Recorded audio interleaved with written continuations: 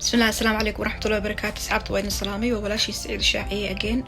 waxaa la socotaan inay maanta ay tahay dadka Mareykan jooga dhalashadii Independence Day markii ay Mareykan u xorriyadda qaatay July 4th inay maanta tahay. waxaa jira meelo la isugu yimaado oo ay dadka walaalaha Soomaalida ama Muslimiinta cadaanka dadka wadanka degan ay isugu yimaadaan oo maanta oo kale ay ka fiirsadaan blue layer-ka ama fireworks ay ka fiirsadaan. dad badan oo Soomaali ayaa yimaada oo ilmahooda soo wata oo maalintaas waqtigooda ku qaata cuntadooda ku cuna energy time ku bixiya. waxaa soo gaartay in ay jirto maanta meeshii la isugu yimid ilmo Soomaaliyeed oo dhalinyaro wiilal intay soo raaceen xabad soo qaateen isku xabadayeen dhaawac iyo dhimasho inay jirto ay soo gaartay. kulli dhaawac waa huba dhimashada ma huba laakiin dhaawac waa huba. marka runtii walaalayaal arrintaas markaan maqlay aad ayaan uga xumaaday. I'm very sad for many reasons siyaabo kala duwan. marka waxay soo gaartay dhalinyaradaasi inay isku xabadeeyeen dib ay u geysteen meeshii wadankan dadka anaga aan ahayn oo waxaa nooga soo horeeyay midabkeena leh ama dadka madowga la yiraahdo oo kala duwan ayaa nooga soo horeeyay. dadka colorka la yiraahdo actually oo kala duwan ayaa nooga soo horeeyay. runtii dadkaasi marka aad miidyada fiirsato waxyaalo badan ayaad ku arkaysaa. dadkii wadanka loogu yimid sida Native Indian kaleeto dhibaatooyin aad u fara badan ay ku nool yihiin. drugs qamri dadka nolosha ka dhacsan ugu badan ayaga weeyaan.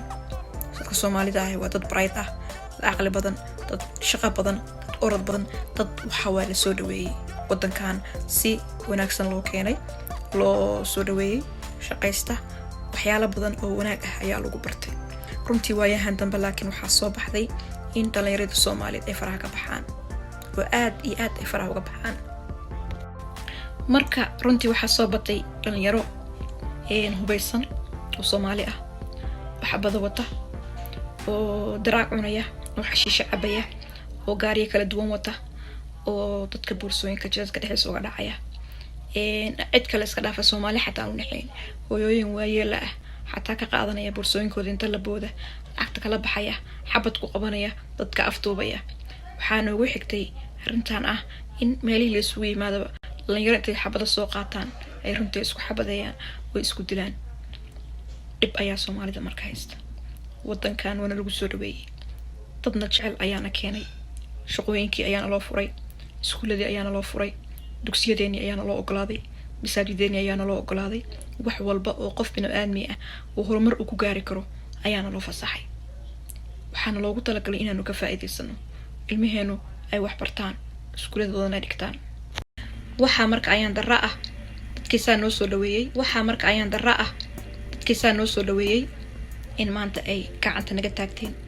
booliskii ay qaati ka taagan yihiin ilmaheeni, iskuuladii qaati laga taagan yahay, meelihii ay degan yihiin dhib iyo buuq looga cararay. waa mushkilo anaga ayay dan uguma jirto.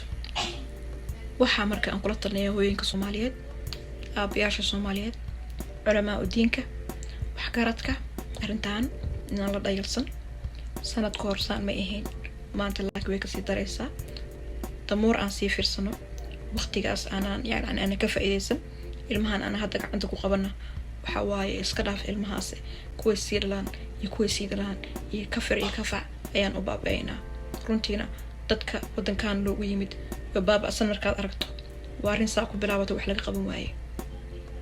waajibka ugu weyn wuxuu saaran yahay waalidiinta, culamaa diinta Soomaalida kadib ummadda kale.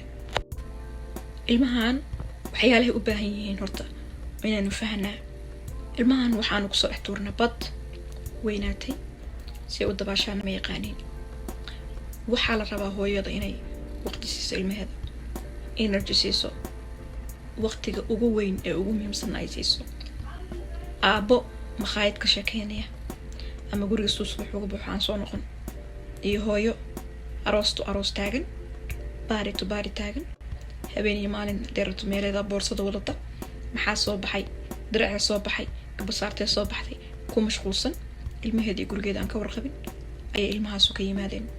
waalidka waajib ka saaran waxa waaye waqtiga ugu badan waliba markaad aragto ilmahaagu inay fara taagtaag badan yihiin oo sidoo hore iska bedeleen, xoogaa ay soo ururdayaan inaad time siiso oo energy siiso oo 100% hooyaa buu noqota ayaa la rabaa. marka waxaa loo baahan yahay ninka wadaadka ah, sheekha, liidarka, hooyada, aabaha, dariska gacan in laysu noqdo. communityga ilmaha programmo u gaar ah ay ku ciyaarayaan waa in loo sameeyaa. meelay isugu yimaadaan oo waalidiintu ay ka warqabaan meel isugu yimaadaan waa in loo sameeyaa. ila isugu yimaado waa in loo sameeyaa.